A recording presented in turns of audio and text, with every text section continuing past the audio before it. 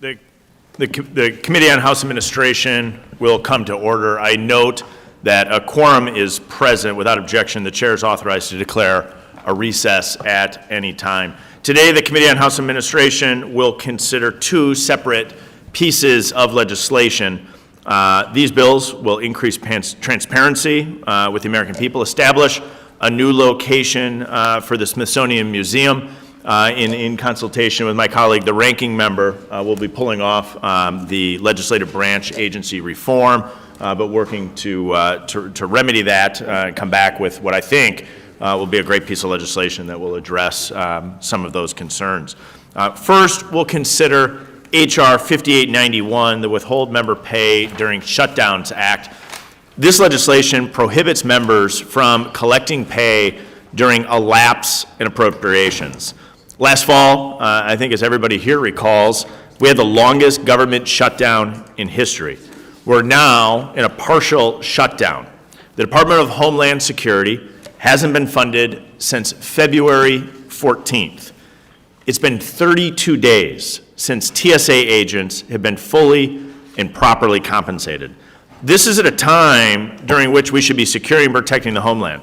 Schumer and Democrats in the Senate are playing politics with DHS funding. We all know the spending process in Washington is broken, and the Withhold Member Pay During Shutdown Act starts to fix the broken system. The bill ensures that no members collect a paycheck while hardworking federal employees are being forced to work without their pay. I'm thankful to my colleagues on their feedback on this common sense legislation and look forward to discussing it further today. Next, we'll consider H.R. 1329, the Smithsonian American Women's History Act, the Smithsonian Women's History Museum Act. This legislation allows the Smithsonian to move forward with construction of the future museum to recognize and honor the contributions of American women. It's all the more exciting that we're considering this legislation during our nation's 250th anniversary. Finally, we were going to be considering H.R. 6028, the Legislative Branch Agencies Clarification Act, which was introduced by my colleague, Morgan Griffith. That process, in consultation with my friend, the ranking member, Mr. Morelli, we're going to pull that legislation, work towards some amendments and adjustments, and then come back to this committee with a final product that I think has a real opportunity to pass in a bipartisan way. These are the types of reforms I think that this committee historically has done a great job of, finding ways where all of us across the aisle can look and determine how we can make improvements in the operation of legislative branch agencies from GPO to Library of Congress and including the Copyright Office. And so I thank my colleagues for being here today. Appreciate their engagement in all of these important pieces of legislation on both sides of the aisle. I look forward to discussing the legislation further. I'll yield back, and I'll now recognize the ranking member, Mr. Morelli, for 5 minutes for the purpose of making an opening statement. Thank you, Mr. Chairman, for convening us today, and I'll have a little bit more to say about the bills that we're considering. First, I want to thank you for your consideration and taking off, at least for a short time, the conversation around the Library of Congress appointments, et cetera. And I do note that even when we had a conversation about one of the bills on the calendar today, the withholding pay of legislators during shutdowns, that you were very helpful in pulling that. I think we were going to consider that several weeks ago. We pulled it down and now have a bipartisan agreement. And so I think wherever we can on issues that all of us care deeply about, come together in a bipartisan way and demonstrate that we can, in fact, move ahead on many issues that our committee, the Congress, and more importantly, the American people care about.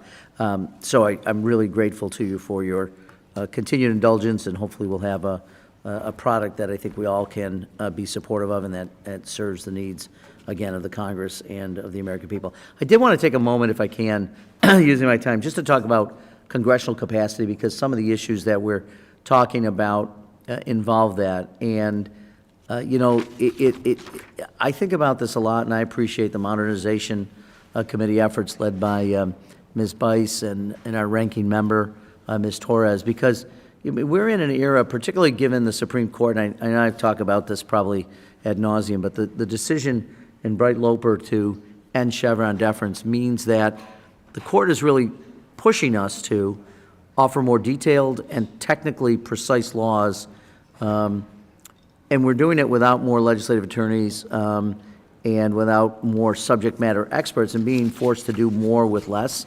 Someday I'd like us to do more with more, and I'll continue making that advocacy here and in the Appropriations Committee.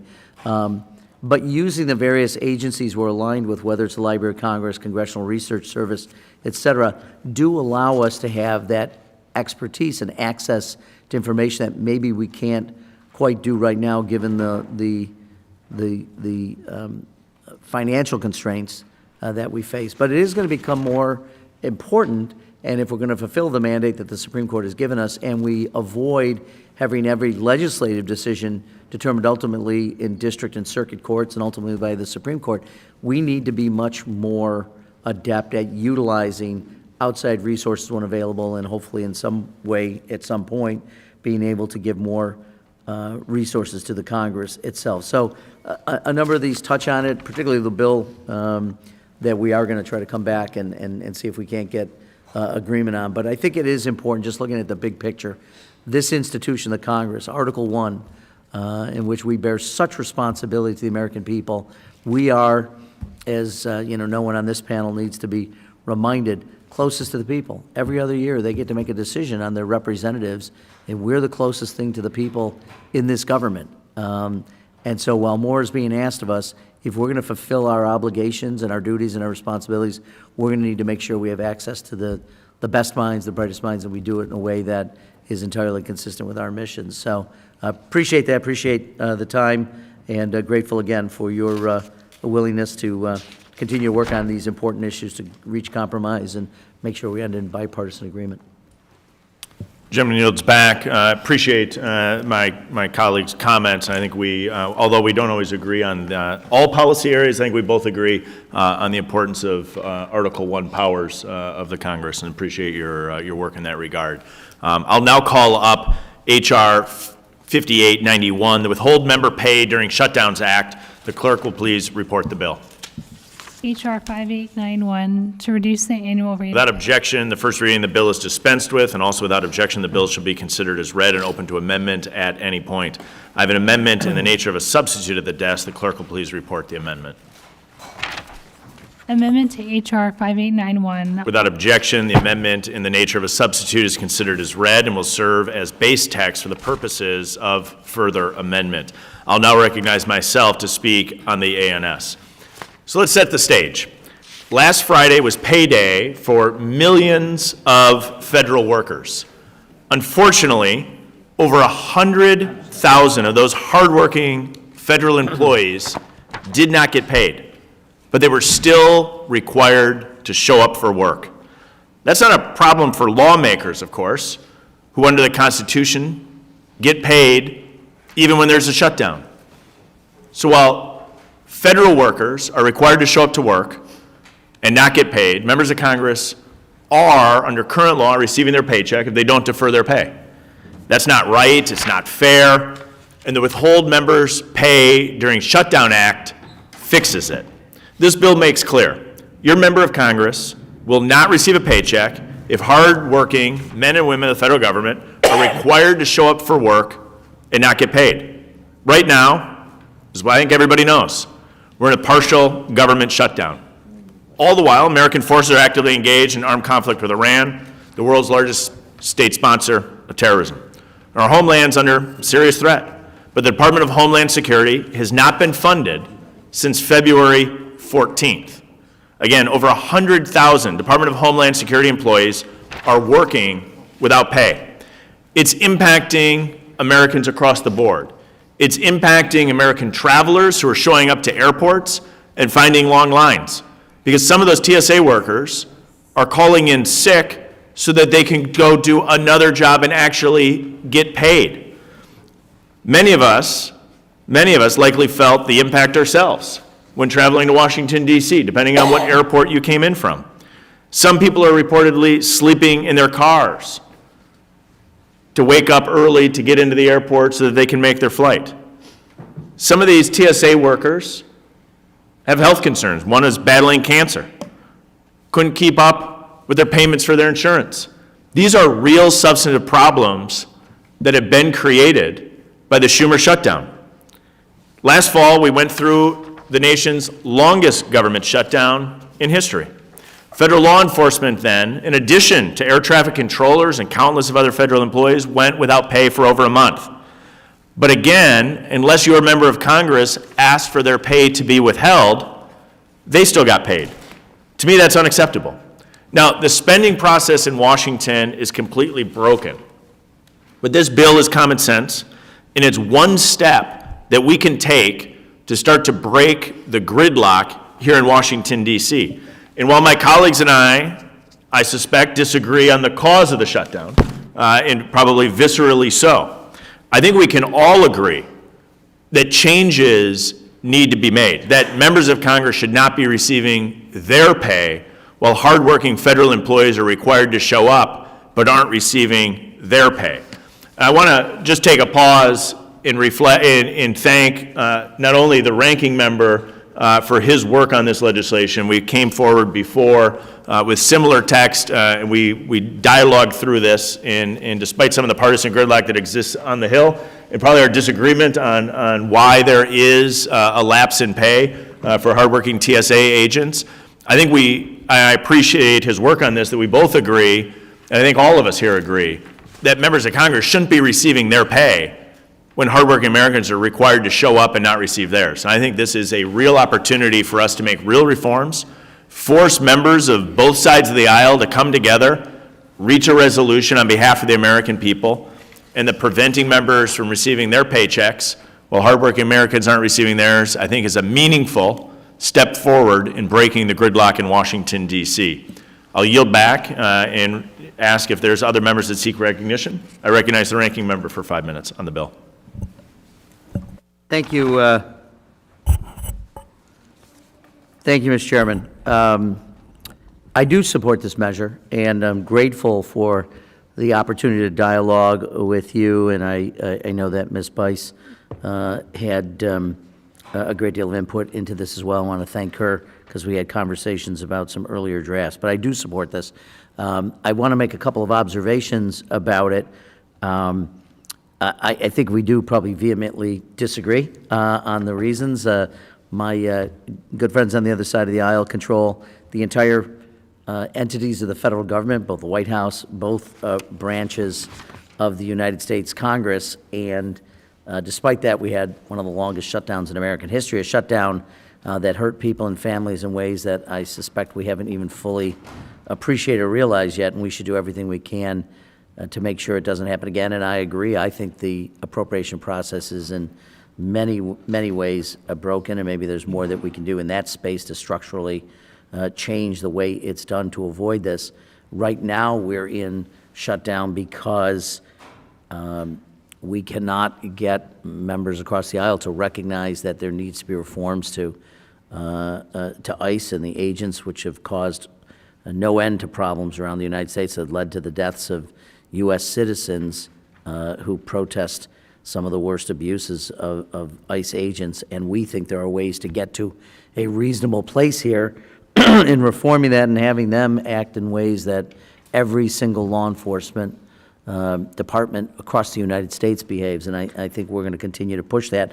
And in fact, the way to resolve the issues that my friend talked about is to sign a discharge petition that Rosa DeLauro, who's the ranking Democrat on the Appropriations Committee, will have on the floor today, which will fund TSA, which will fund the Coast Guard, which will fund FEMA, but still require us to have a negotiation about the reforms that not only we believe on our side of the aisle, but the American people believe ought to happen. So, anyway, that debate will continue outside of this room. And frankly, to your point, no one sitting in this committee room decided that members should collect their regularly scheduled salaries regardless of the operating posture of the federal government. The Constitution made that decision 239 years ago. Personally, I don't like it, and I sympathize with our staffs and other federal employees who bear the financial consequences of Congress's failing to do its most basic duty. And in the state legislature, when I was in Albany, I helped pass a law which did the same thing at the state level and had my pay withheld, as my colleagues did during periods where there were budget impasses. So, and a number of us already have our pay voluntarily withheld. I do it. I know a number of others do. So this is our basic responsibility. We should have to bear the consequences that our colleagues, whether it's our staff or other federal employees, do. I will say this, just and I'm musing a little bit about this, but I do worry a little bit about the other branch, because this takes two branches of government to have an appropriation bill signed into law. If a president, not this one, but any future president, would make the decision that they wanted to be punitive because they're upset about what's in the appropriation bills, or they're upset with Congress about other things, could withhold, and then we would have done our job, House and Senate, and agree and sent a congressionally approved funding bill to the president, who could be vetoed, and only would have to veto one of the 12 appropriation bills in order to make certain that members had their pay withheld. I would hope that wouldn't happen, but I'm suggesting some things that I thought would never happen in America are happening, and some things that I would never have thought a White House would do is being done. So it doesn't take a lot of imagination anymore to think about things that are without precedent. But I do think ultimately the American people need to trust in this, and I think that trust only comes when we're prepared to submit ourselves to the same rules that other people are submitted to. So I support the measure. I recommend my colleagues vote yes on the issue, because damage to the country caused by a government shutdown is significant, and the trust of the American people is vital if we're going to continue to function and serve in the manner that our founders intended. So I will support it. I appreciate, again, your indulgence and your hard work to make sure that this was a bipartisan approach, and with that, I'll yield back. Gentleman yields back. Do other members seek recognition for amendment or debate? Ms. Lee is recognized on the bill. Thank you, Mr. Chairman. I think it is significant to take just a moment and speak to some of the factual underpinnings of the current government shutdown. It has been said that Republicans control both chambers of Congress and the White House, and that somehow that is related to the current shutdown. And I feel it is very important to clarify the actual factual background of what got us here, because it is true that this shutdown is incredibly damaging to the American people, and in fact, dangerous for the American people, because it's not just ICE that is affected. It's not just the policy dispute about best practices and the attempts to negotiate reforms that's affected. It's so much deeper than that. The Department of Homeland Security was created in the wake of 9/11 to help protect the American homeland from future attacks, to help protect the American people. There is no more important job that we have. Embedded within the Department of Homeland Security is not just ICE, and not even just ICE and TSA. There are other places, other things that are happening there, including CISA, the Cybersecurity and Infrastructure Security Agency, including the Coast Guard. All of those components are right now being understaffed and in many cases not paid. And when we come to the discussion about why, facts matter. The reality is that Republicans and Democrats in Congress negotiated a bipartisan appropriations bill that funded the Department of Homeland Security. If we go back and look at the vote history, what has happened? Ultimately, we were able to pass this bill out of the House because a handful of Democrats voted with us. But look at the board. Who voted in support of funding the Department of Homeland Security and who didn't? And the same is true in the Senate. Who has supported funding the Department of Homeland Security and who has not? And the facts are crystal clear. This is, from beginning to middle to end to this moment, a Democrat-driven shutdown. And with that, Mr. Chairman, I yield back. The gentlewoman yields back. Do other members seek recognition? Ms. Torres seeks recognition for 5 minutes to speak on the bill. Thank you, Chairman. I would not miss an opportunity to be able to discuss this important issue. I serve in the United States Congress, a body where a 911 dispatcher can be elected and hold the same voting power as the wealthiest member in Congress, someone who might have bought their way to Congress because they could fund their own campaign. So let's look at the bigger picture of what is happening here. It started with the falsehood of a SAVE Act because Republicans have said that there are cheaters, that are people that are voting in elections and making changes that should not be electing certain members to Congress. Who are they talking about? Are they talking about the richest members of Congress? Or are they talking about the 911 dispatcher who had to struggle and campaign and go door to door to get here? Are they talking about the teacher who, in between teaching in a classroom, was able to get themselves here? So while we're talking about setting the stage, let's look at setting the stage where the richest members of Congress who have been allowed to trade in the stock market while influencing bills that are getting passed through the House and passed through the Senate. These are the people that the Republican majority is prioritizing yet again. Now, let's set the record straight about why the Department of Homeland Security has not been funded. Yes, Democrats are fighting to bring back civility in the streets of America. But Republicans have prioritized violence and the murder of American citizens by federal agents. Why?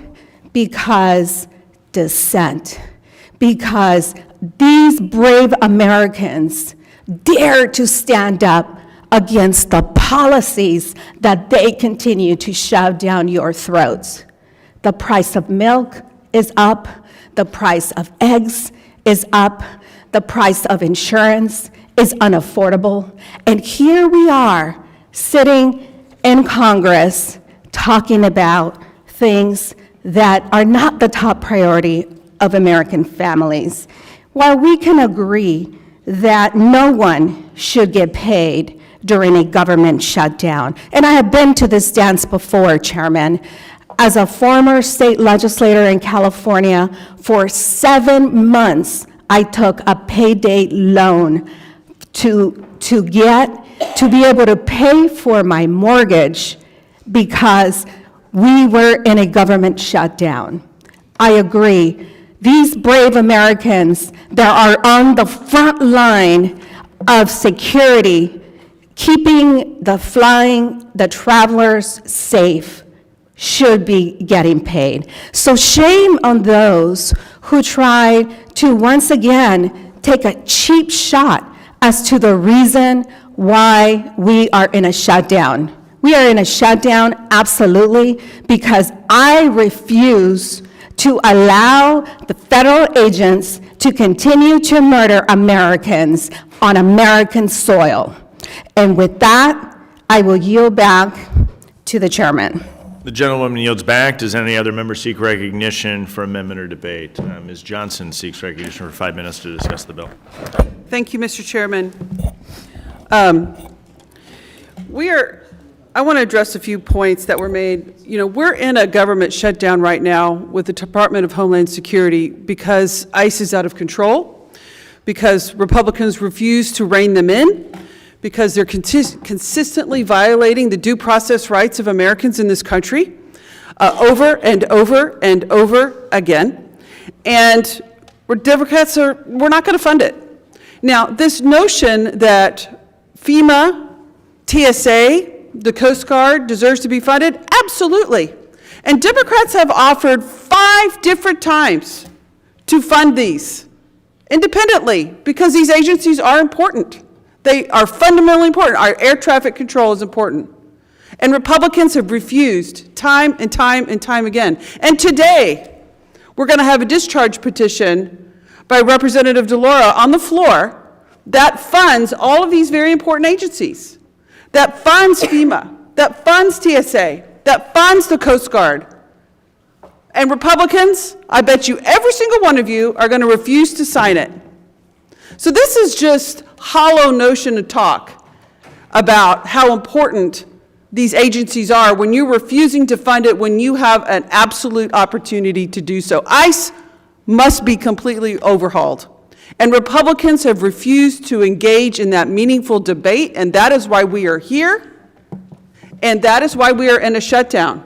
And Democrats are having pathways to get the American people out of this process, and Republicans are refusing to do it. And that is the truth, American people. That is why we are here. But we're not going to tolerate the gross abuses that are happening. I had a man die in my district over the weekend. He's an Afghan hero who served bravely alongside our American forces and was part of an Afghan evac program when the U.S. military left Afghanistan. He's been here in this country. He was picked up. He has no criminal convictions. He has 6 kids. He was working in Dallas. He was picked up on a morning, driving his kids to school, and he was dead 24 hours later. That is not okay, and that is not supposed to happen in this country. And as long as that kind of stuff is happening, we will not fund ICE, period, full stop. We will not do it. But we do want to fund FEMA, we do want to fund TSA, we do want to fund the Coast Guard, and we have vehicles to do that, but Republicans are going to refuse to do it, so their talk doesn't mean anything. Thank you, and I yield back. The gentlewoman yields back. Do any other members seek recognition for amendment or debate? There being no further amendment or debate, the question now occurs in the amendment in the nature of a substitute. All those in favor signify by saying aye. Aye. All those opposed, nay. The opinion of the chair, the ayes have it, and the amendment is adopted. The question now occurs on ordering H.R. 5891 is amended, reporting favorable to the House. All those in favor signify by saying aye. Aye. All those opposed, no. In the opinion of the chair, the ayes have it. The ayes have it, and the motion to report is agreed to. A roll call vote is requested, and the clerk will please call the roll. Chairman Stile? Aye. Chairman Stile votes aye. Ms. Lee? Aye. Ms. Lee votes aye. Mr. Loudermilk? Mr. Loudermilk votes aye. Mr. Griffith? Dr. Murphy? Aye. Dr. Murphy votes aye. Mrs. Bice? Aye. Mrs. Bice votes aye. Mr. Carey? Mrs. Miller? Yes. Mrs. Miller votes aye. Mr. Morelli? Aye. Mr. Morelli votes aye. Ms. Sewell? Aye. Ms. Sewell votes aye. Mrs. Torres? Aye. Mrs. Torres votes aye. Ms. Johnson? Aye. Ms. Johnson votes aye. Mr. Chairman, for this vote. Does any member wish to change their vote? Have all members voted? The clerk will report the tally. Mr. Chairman, for this vote, there are 9 ayes and 0 noes. Thank you very much. H.R. 5891 as amended is adopted. Majority having voted in favor of H.R. 5891 as amended, the bill is ordered favorably reported to the House. Without objection, a motion to reconsider is laid on the table. I'll now call up H.R. 1329, the Smithsonian American Women's Museum Act. The clerk will please report the bill. H.R. 1329 to permit the Smithsonian. Without objection, the first reading of the bill is dispensed with. Also without objection, the bill shall be considered as read and open to amendment at any point. Representative Miller has an amendment in the nature of a substitute at the desk. The clerk will please report the amendment. Amendment in the nature of a substitute to H.R. Without objection, the amendment in the nature of a substitute is considered as read and will serve as base text for the purposes of further amendment. Representative Miller is recognized for 5 minutes to speak on her amendment. Thank you, Chairman Stile, for hosting this markup. For 250 years, American women have made significant contributions to our nation's history, economic prosperity, and greater society. It is time that these women have a dedicated museum in the nation's capital to honor their achievements. The original bill allows the Smithsonian to move forward with construction of the future museum. Importantly, the bill also puts guardrails in place to ensure this museum does not represent history in a partisan way. My amendment specifically ensures that only biological women are honored and celebrated in this museum. The accomplishments of real women should never be overshadowed by biological men pretending to be women. In addition to the important language changes this amendment makes, it also marks a specific location for the museum on the National Mall. The American Women's History Museum is an important addition to the mall that will recognize the countless women who have given so much to our country. I urge my colleagues to vote yes on this amendment to begin the construction of the new Smithsonian American Women's History Museum. Thank you, and I yield back. The gentlewoman yields back. Do other members seek recognition for amendment or debate? For what purposes does Mr. Morelli seek recognition? To offer comments on the amendment. Mr. Morelli is recognized for 5 minutes. Thank you, Mr. Chairman. Let me begin by stating what I hope is obvious to everyone. The Smithsonian American Women's History Museum is long overdue, and it absolutely deserves a place on the National Mall. And I will say, we call the mall, it goes by the term is often used that it's America's front yard. And I personally, and I suspect I share the view of all the members, absolutely love the mall. Walking late at night, sometimes you can go by and see folks playing kickball or touch football and people just out with families, flying kites. I mean, the mall is an amazing place. Anybody who hasn't been to Washington to appreciate it should come. And of course, the memorials and monuments on the mall are breathtaking, as are so many Smithsonian institutes which are line the mall. And the National Mall is also where our nation's story gets told. The triumphs and its struggles, and American women have shaped every chapter of that story, from my hometown's hero, Susan B. Anthony and Abigail Adams, to Rosa Parks and Dolores Huerta. That's why I support H.R. 1329, as introduced by my colleague from New York, Representative Malliotakis, as well as her companion bill, H.R. 1330, which would make the same technical legislative fix to the National Museum of the American Latino Act. Excuse me. Together, these bills correct a statutory anomaly that has stalled both museums and allow them to move forward on the mall as Congress and this committee intended. Unfortunately, that is not the bill before us today, and I'm extremely disappointed that the majority has needlessly politicized what has for years been bipartisan and a patriotic process.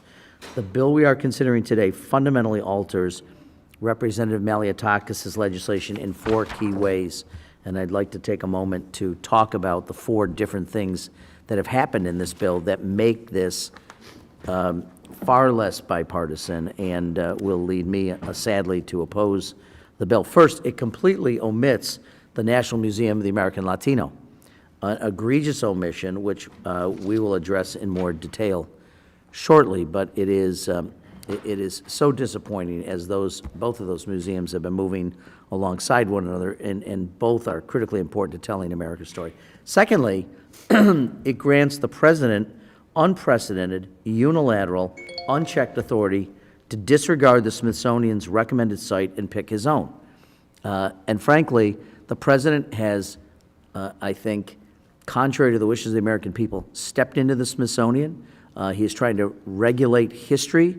He's trying to whitewash history. And so I think letting the president make determinations about America's history is something we completely reject. Third, it turns control over the museum's design and construction over to boards that are stacked now with political loyalists who have already shown they will rubber stamp whatever the president wants, as we've seen with the desecration of the White House and the destruction of the iconic East Wing. Done without outside counsel, the president apparently thinks that America's house is his house, and he'll do whatever he wants to it, and that is something we simply cannot allow here as it relates to the Smithsonian. And fourth, it inserts a politically charged poison pill intended to dictate what the museum can and cannot say about women's history. This is especially unfortunate in light of the bill's legislative history. In 2019, the committee first authorized the Women's History Museum. Democrats accepted an amendment from our colleague, Representative Loudermilk, requiring the museum to, and I'm quoting, to reflect the diversity of the political viewpoints held by women of the United States. That same language appears in this bill and in the Latino museum legislation. But we are considering today makes clear what viewpoint diversity really meant, only viewpoints that House Republicans agree with. Hardly diversity. Let's be honest, what's happening here. If the goal were to truly move the museum forward, we would not be abandoning the bipartisan process that has brought us to the brink of construction. We would not be considering a bill with an ideological poison pill. We would not exclude the Latino Museum. And we would not be giving Donald Trump, of all people, the authority to pick a location, building design, and dictate what kind of history we remember and we reflect on. Just consider the broader context for a moment.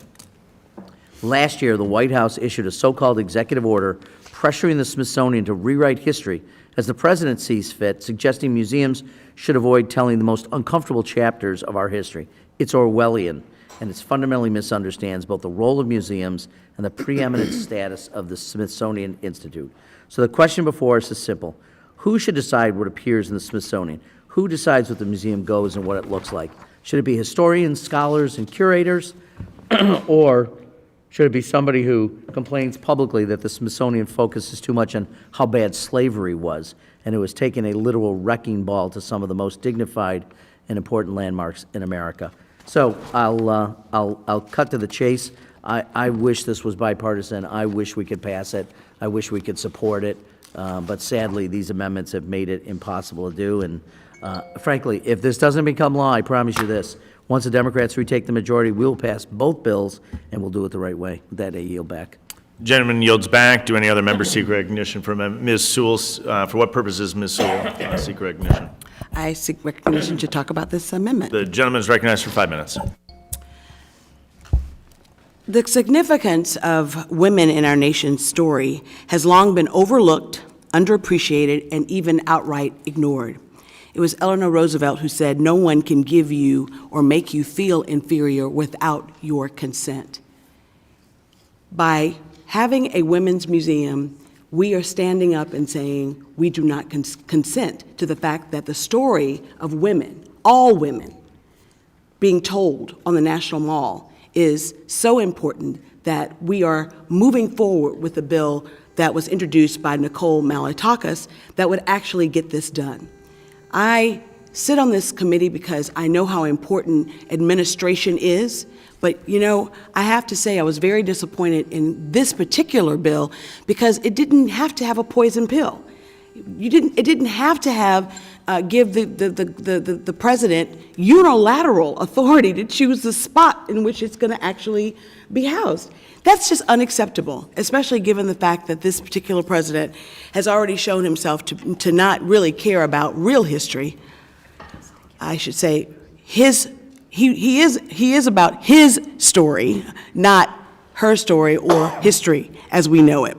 The construction of the Smithsonian Women's Museum is an opportunity to accurately capture and tell the full narrative of how women have made real and indelible contributions to our country at every turn and corner since its inception.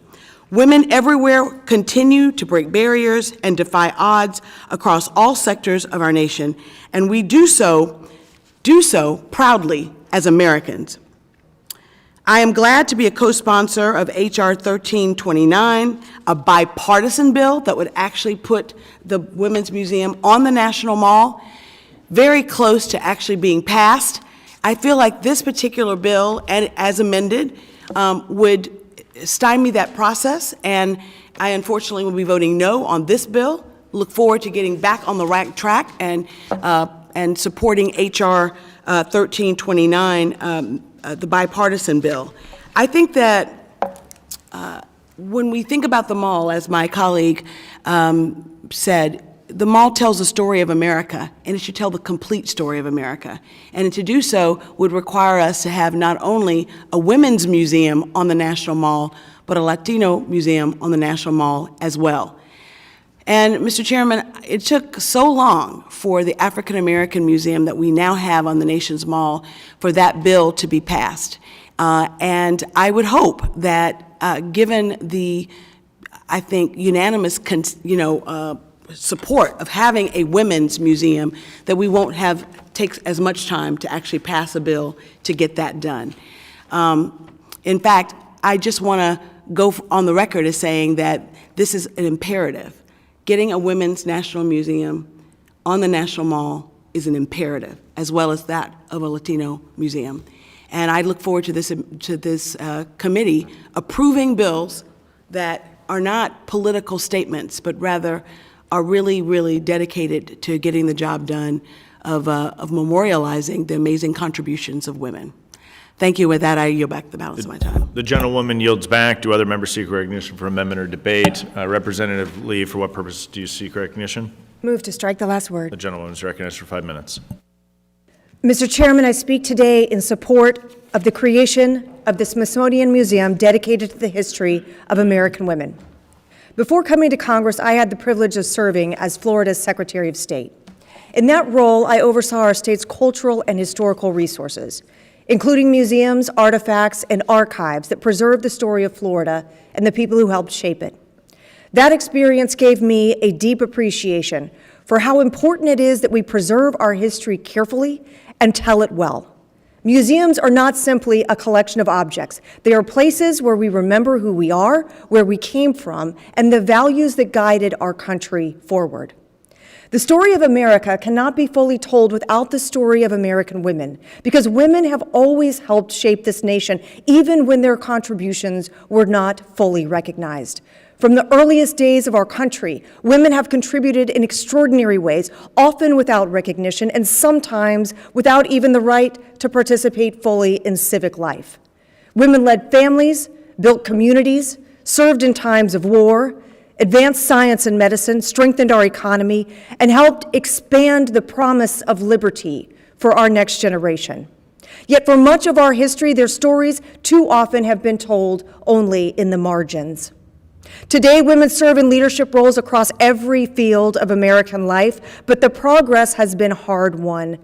In Congress, for example, the numbers tell a remarkable story. Since the founding of our nation, roughly 12,000 Americans have served in Congress, yet only about 450, a little less than, have been women. That statistic is striking. It reminds us that the full participation of women in our national institutions is something that has largely unfolded within our lifetimes. And as someone who has spent much of her career in male-dominated professions, as a prosecutor, as a judge, and now here, I know personally how meaningful it is when young women can look and see the stories of those who came before them. Representation matters, but so does remembrance. The stories we preserve shape what the next generation believes is possible. A museum dedicated to the history of American women would not simply celebrate famous names. It would tell the broader story of the countless women, teachers, entrepreneurs, scientists, soldiers, mothers, and public servants whose perseverance and courage helped shape this nation. Those stories deserve a permanent place among the institutions that tell the American story. When we preserve these stories, we are not simply looking backward, we are helping the next generation see what is possible. As the mother of a teenage daughter, I often think about the examples that she sees and the stories that she learns about the women who helped shape our country. May they know us. May they see what is possible. And may they go further than we ever dreamed. When young girls walk through the doors of the Smithsonian and see the contributions of women woven into the fabric of our national history, they will understand something important, that they too are part of that story. For those reasons, I am proud to support this effort. I commend my colleague on her efforts here today, and I look forward to the day when Americans from across the country can visit a museum that honors the remarkable legacy of women in the United States. Thank you, and I yield back. The gentleman yields back. For what purpose does Representative Torres seek recognition?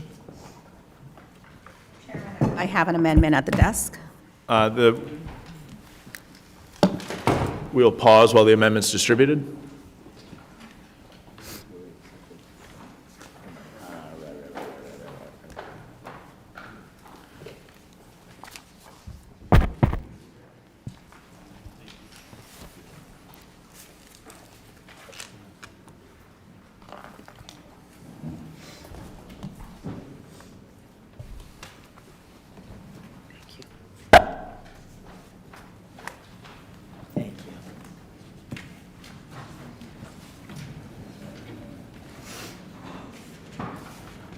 The clerk will report the amendment.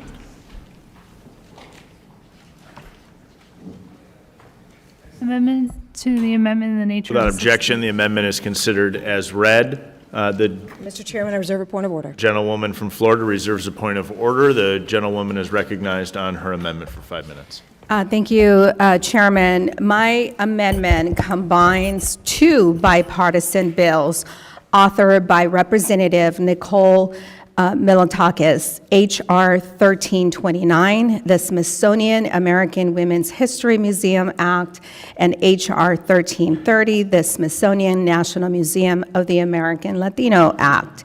Together, they correct the exact same legislative anomaly that has been used to stall both museums. The amendment removes those barriers and finally allows design and construction to move forward on the National Mall. From their inception, Congress has treated these two museums as paired efforts. They were authorized in the same law, and every legislative fix has addressed them together because they belong together. We cannot tell the story of America fully or honestly while treating the contributions of American women and American Latinos as an afterthought. To advance one without the other or delay both is a direct dismissal of the hard-working Americans who built this country. The National Mall is where American stories belong. To suggest otherwise or to let these bills languish ignores the overwhelming bipartisan mandate this body has already established. The original Women's History Museum authorization had 293 co-sponsors and passed the House on suspension with 374 votes. The National Museum of the American Latino enjoyed similarly strong bipartisan support. Today, the bills fixing the law restricting both museums from being built on the mall are led by a Republican and include a combined 356 co-sponsors, including 139 Republicans. It is no secret that we are deeply divided as a country and as a Congress, but this one should be easy. We hear a lot of talk about unity and bipartisanship in this room. But if we cannot come together to honor the hardworking Americans who shaped this nation, then those words are hollow. This is an opportunity, members, for us to work together. I urge the adoption of my amendment, and I yield back. The gentlewoman yields back. Is there additional debate or amendment on the amendment? The gentleman from New York, for what purpose do you seek recognition? Yes, speaking on the amendment, I move to strike the last word, and I just would note that in the amendment from Ms. Miller on page 2, the president may designate an alternative site for the museum within 100 days of the date of the enactment of the subsection. So the whole point of it being on the National Mall, which is the point of what we're trying to do, her amendment actually takes that away from us. So we'd be agreeing to put it on the mall, except President Trump can, within 6 months of the enactment of this, do whatever he wants. It basically eliminates the whole point of the bill and what the bipartisan agreement was, and what Ms. Maliotakis, who I spoke to yesterday, and I certainly wouldn't represent what she said, but I said to her, you know, the whole point of this was to make sure this museum and the Latino Museum are on the mall. This, the amendment, Ms. Miller's amendment, which Ms. Torres' amendment seeks to strike, would remove the president's ability to have unilateral say over where these extraordinary institutions ought to go. And so, for that reason, I will support Ms. Torres' amendment. And with that, I'll yield. Is there further debate on the amendment? The gentlewoman from Texas is recognized for 5 minutes to strike the last word. Thank you, Mr. Chairman. I agree with Ms. Lee. Women need to be honored in this country. The historic contributions that women have made should be honored and should be on the National Mall. The historic contributions of the Latino community should be honored and should be on the National Mall. These are important stories to contribute to the legacy of the American story. And the fact that we have bipartisan legislation with hundreds of co-sponsors from both sides of the aisle is demonstrative of the significance of this effort. But what is happening today in this moment is the worst of partisan politics, where somebody who's not the author of the bill swoops into a committee, offers a very partisan poison pill amendment to destroy the intent of the legislation, to destroy the intent of the bipartisan cooperation, to stop in its tracks, telling the story of women and Latinos in this community on the National Mall. It's a disgrace to politics.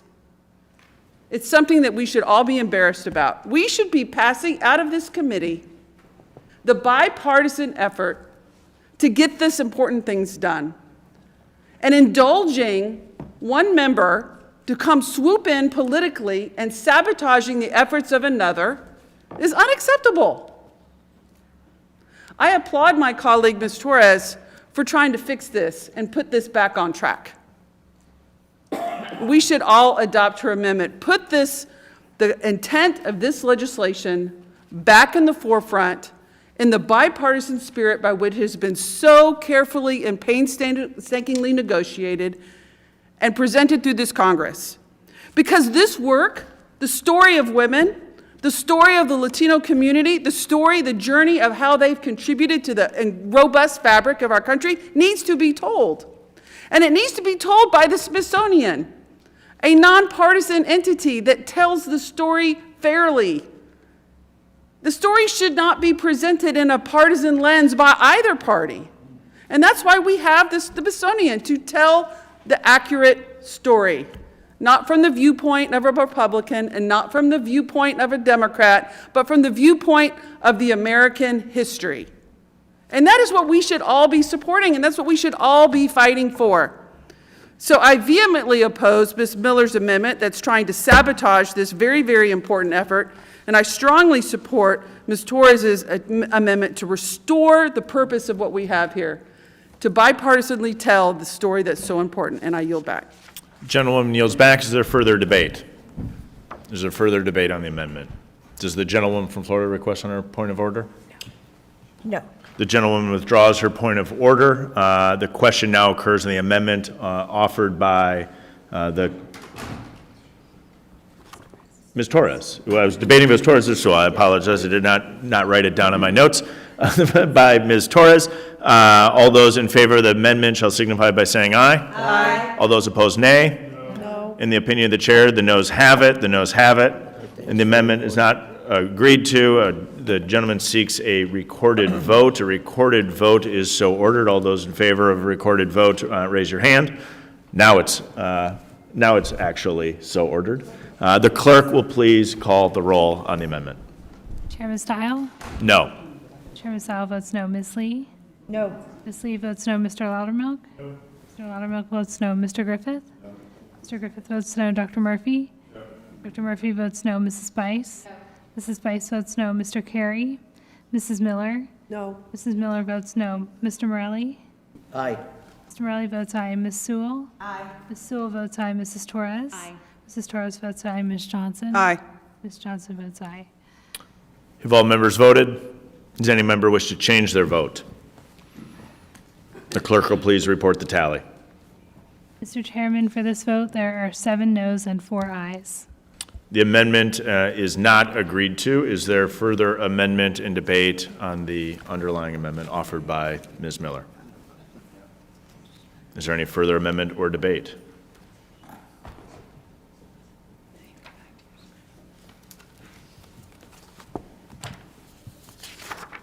There being no further amendments or debate, the question now occurs on the amendment and the nature of a substitute. All those in favor signify by saying aye. Aye. All those opposed, no. No. In the opinion of the chair, the ayes have it. The ayes have it. The amendment is adopted. The question now occurs on ordering H.R. 1329 as amended, reported favorably to the House. All those in favor signify by saying aye. Aye. All those opposed, no. No. In the opinion of the chair, the ayes have it. The ayes have it, and the motion to report is agreed to. Mr. Chairman, I request a recorded vote. A roll call vote is requested. The clerk will please call the roll. Chairman Stile? Aye. Chairman Stile votes aye. Ms. Lee? Aye. Ms. Lee votes aye. Mr. Loudermilk? Mr. Loudermilk votes aye. Mr. Griffith? Mr. Griffith votes aye. Dr. Murphy? Dr. Murphy votes aye. Mrs. Spice? Aye. Mrs. Spice votes aye. Mr. Carey? Mrs. Miller? Aye. Miller votes aye. Mr. Morelli? Sadly, no. Mr. Morelli votes no. Ms. Sewell? No. Ms. Sewell votes no. Mrs. Torres? No. Mrs. Torres votes no. Ms. Johnson? No. Ms. Johnson votes no. Have all members voted? Does any member wish to change their vote? The clerk will report the tally. Mr. Chairman, for this vote, there are 7 ayes and 4 noes. H.R. 1329 as amended is adopted. This concludes the order of business for today's markup. Without objection, pursuant to House Resolution 9, Clause 2L, committee members can file with the clerk of the committee supplemental, additional, minority, and dissenting views on each of the items marked up today. Also, without objection, the staff is authorized to make necessary and conforming changes. I'm going to go back and realize that I did not note that a majority having voted in favor of H.R. 1329 as amended, the bill is ordered favorably reported to the House. Without objection, a motion to reconsider is laid on the table. That does now conclude our formal business, and there is no more formal business. I thank the members for their participation. Without objection, the Committee on House Administration stands adjourned.